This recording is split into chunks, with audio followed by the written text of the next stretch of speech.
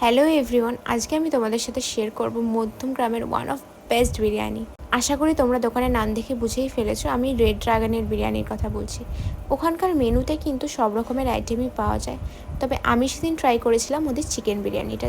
প্রচণ্ড juicy rice, নরম তুলতুলে আলু আর চিকেনটা ভীষণই ফ্লেভারফুল ছিল। কেউ বলবে না এটা 140 টাকার বিরিয়ানি।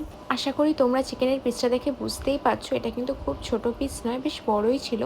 আর আমাকে ওরা একটা বেশ জুসি থাইয়ের পিস দিয়েছিল।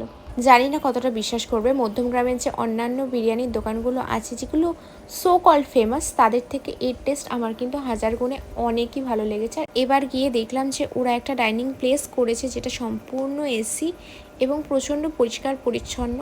ভালো লাগলো আমার বেশ।